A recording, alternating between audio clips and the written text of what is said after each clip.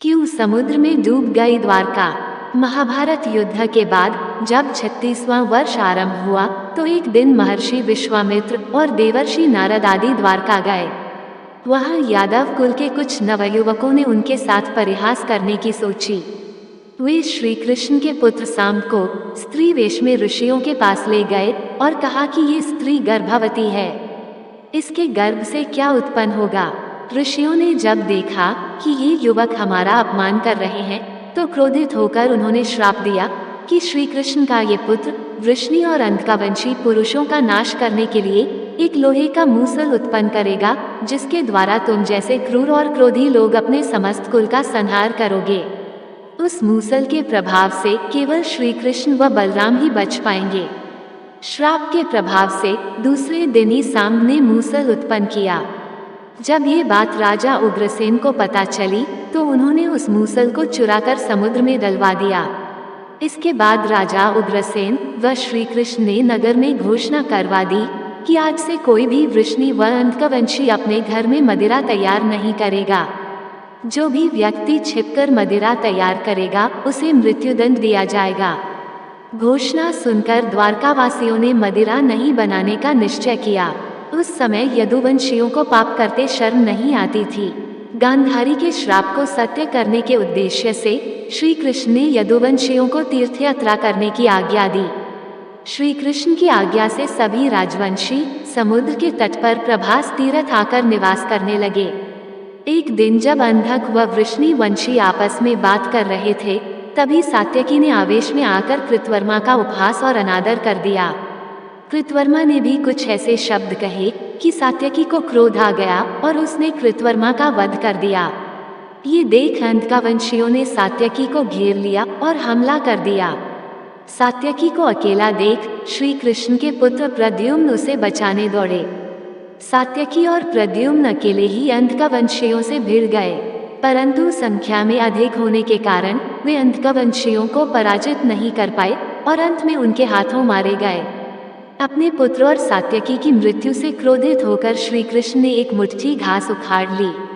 हाथ में आते ही वह घास वज्र के समान भयंकर लोहे का मूसल बन गई। उस मूसल से श्री कृष्ण सभी का वध करने लगे। जो कोई भी वह घास उखाड़ता वह भयंकर मूसल में बदल जाती।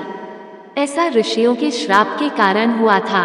उन मूसलों के एक ही प्रहार से प्राण निकल जाते थे। उस समय काल के प्रभाव से अंधक भोज शिनी और वृष्णि वंश के वीर मूसलों से एक दूसरे का वध करने लगे। यदुवंशी भी आपस में लड़ते हुए मरने लगे। श्री कृष्ण के देखते ही देखते साम, चारुदेशन, अनिरुद्ध और गद की मृत्यु हो गई। फिर तो श्री कृष्ण और भी क्रोधित हो गए और उन्होंने शेष बचे सभी वीरों का संहार कर डाला। अंत में केवल श्री कृष्ण के सारथी दारुकी शेष बचे थे। श्री कृष्ण ने दारुक से कहा कि तुम तुरंत हस्तिनापुर जाओ और अर्जुन को पूरी घटना बताकर द्वारका ले आओ। दारुक ने ऐसा ही किया। इसके बाद श्री कृष्ण ने बलराम को उसी स्थान पर रहने के लिए कहकर द्वारका लौट आए। द्वारका आकर श्री कृष्ण ने पूरी घटना अपने पिता वसुदेव जी को बता दी। यदुवंशियों के संहार की बात जानकर उन्हें भी बहुत दुख हुआ। श्री कृष्ण ने वसुदेव जी से कहा कि आप अर्जुन के आने तक स्त्रियों की रक्षा करें।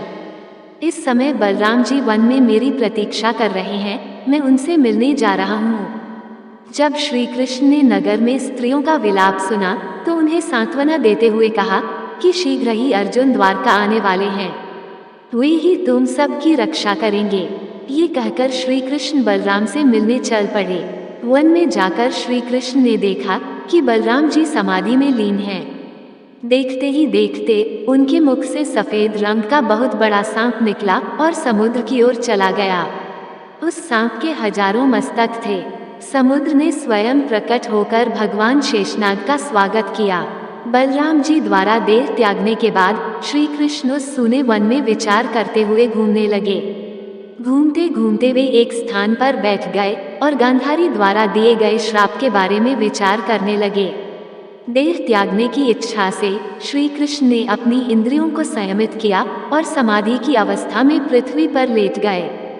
जिस समय भगवान श्री कृष्ण समाधि में लीन थे, उसी समय जरा नाम का एक शिकारी हिरणों का शिकार करने के उद्देश्य से वहां आ गया। उसने हिरण समझकर दूर से ही श्री कृष्ण पर बाण चला दिया। बाण चलाने के बाद जब वह अपना शिकार पकड़ने के लिए आगे बढ़ा, तो योग में स्थित भगवान श्री कृष्ण को देखकर उसे अपनी भूल पर पश्चाताप हुआ। तब श्री कृष्ण ने उसे आश्वासन दिया और अपने परमधाम चले गए। अंतरिक्ष में पहुंचने पर इंद्र, अश्विनी कुमार, रुद्र, आदित्य, वसु, मुनि आदि सभी ने भगवान का स्वागत किया। इधर दारुक ने हस्तिनापुर जाकर यदुवंशियों के संहार की पूरी घटना पांडवों को बता दी। ये सुनकर पांडवों को बहुत शोक हुआ। अर्जुन तुरंत ही अपने मामा वसुदेव से मिलने के लिए द्वारका चल दिए।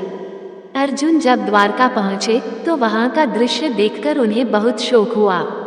श्री कृष्ण की रानियां उन्हें देखकर रोने लगी।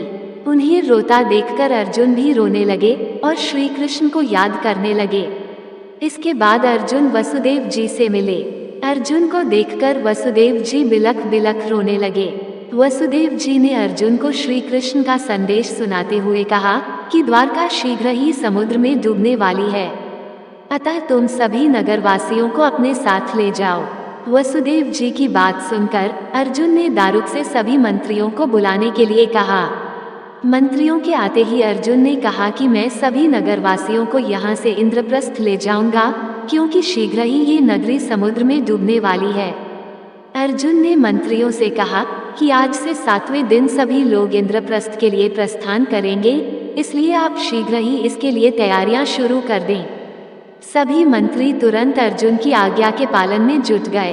अर्जुन ने वह रात श्री कृष्ण के महल में ही बिताई। अगली सुबह श्री कृष्ण के पिता वसुदेव जी ने प्राण त्याग दिए।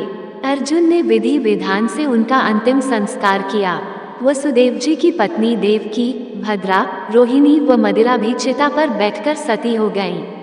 इसके बाद अर्जुन ने प्रभास तीर्थ में मारे गए समस्त यदुवंशियों का भी अंतिम संस्कार किया। 7वें दिन अर्जुन श्री कृष्ण के परिजनों तथा सभी नगरवासियों को साथ लेकर इंद्रप्रस्थ की ओर चल दिए। उन सभी के जाते ही द्वारका नगरी समुद्र में डूब गई। ये दृश्य देखकर सभी को बड़ा आश्चर्य हुआ। दोस्तों, ये कहानी अगर आपको पसंद आई हो तो कृपया इस वीडियो को लाइक करें और ऐसी ही और भी बहुत सारी कहानियों को सुनने के लिए चैनल को सब्सक्राइब जरूर करें। धन्यवाद।